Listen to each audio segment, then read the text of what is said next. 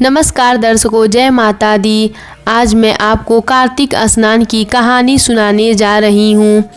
बहुत पुरानी बात है। चंदनपुर गांव में एक बुढ़िया रहती थी। उसका एक बेटा व एक बहू साथ में रहते थे। जब कार्तिक का महीना आया तो उस बुढ़िया ने अपने बेटे से कहा, मैं कार्तिक स्नान के लिए जाना चाहती हूँ और 1 महीना वहीं कुलवास करूंगी। यह सुनकर उसके बेटे ने कहा, ठीक है माँ, मैं आपको छोड़ आऊँगा। फिर अपनी पत्नी से कहा, मेरी माँ के लिए 30 लड्डू बना देना ताकि रोज़ नहाकर 1 लड्डू खा सके। बहू इस बात से बहुत नाराज हुई, लेकिन गुस्से में उसने 30 लड्डू बना कर दे दिए। बुढ़िया नदी किनारे कार्तिक स्नान के लिए गई और वहीं पर एक झोपड़ी बनाकर रहने लगी। बुढ़िया रोज़ सवेरे उठकर स्नान करती और जैसे ही 1 लड्डू निकाल कर खाने जाती, कार्तिक के देवता बंदर का रूप धरकर वहां आ जाते। तब बुढ़िया वह लड्डू अपनी खुशी से बंदर को दे देती। इसी तरह से कार्तिक का पूरा महीना बीत गया और सभी लड्डू उस बुढ़िया ने उस बंदर को खिला दिया। कार्तिक का महीना समाप्त होने पर बुढ़िया वापस जाने को तैयार हुई तो कार्तिक के देवता प्रकट हो गए। उन्होंने बुढ़िया के उस कुटिया के जगह आलीशान महल बना दिया। बुढ़िया का पूरा महल धन दौलत से भर गया। उसकी काया निरोगी हो गई। अन्न के भंडार से महल भर गया। इतना सब होने पर वह धूमधाम से अपने बेटे के पास गई।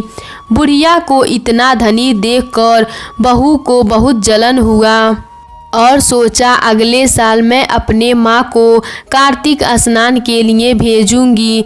अगले साल कार्तिक का महीना आया तो अपने माँ को कार्तिक स्नान के लिए भेज दिया और खाने के लिए पूरे 30 लड्डू, घी और बहुत सा मेवा डालकर बनाया और अपनी माँ को दिया।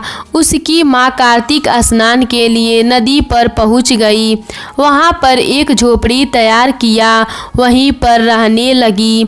जब सवेरा हुआ तो बहू की माँ स्नान करके लड्डू खाने बैठी।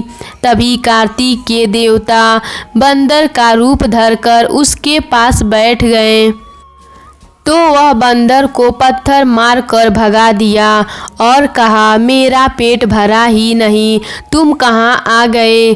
उसका रोज का काम उसी तरह चलता रहा, लेकिन उसने कभी भी बंदर को एक भी लड्डू नहीं खिलाया। धीरे धीरे कार्तिक का महीना बीत गया। तब कार्तिक के देव उसके सामने प्रकट हुए। उन्होंने बहू की माँ की कुटिया को कूड़े कचरे में बदल दिया और माँ को डुगुर बना दिया। कार्तिक का महीना समाप्त हो गया। बहू इंतज़ार करती कि माँ अब गाजे बाजे के साथ आएगी, लेकिन उसकी माँ नहीं आई। तो वह अपने पति से कहा कि जाइए मेरी माँ को लेकर आइए। तब वह लड़का उसकी माँ को लेने गया तो वहाँ देखता है कि कुटिया के जगह कूड़ा कचरा का ढेर लगा है और उसकी सास उस पर डुगुर बनकर बैठी है। लड़के को देखकर कार्तिक के देव प्रकट हुए और बोले, बेटा, तुम्हारी माँ सच्चे मन से कार्तिक माह का स्नान किया और पूजा पाठ और कथा किया, इसीलिए तुम्हारी माँ पर मैं अत्यंत प्रसन्न हुआ और उसे आशीर्वाद दिया। लेकिन तुम्हारी सास पापी मन से यह कार्य किया और कार्तिक महीने में बेटी के घर का अन्न खाया, इसीलिए मैं इससे बहुत नाराज हूँ।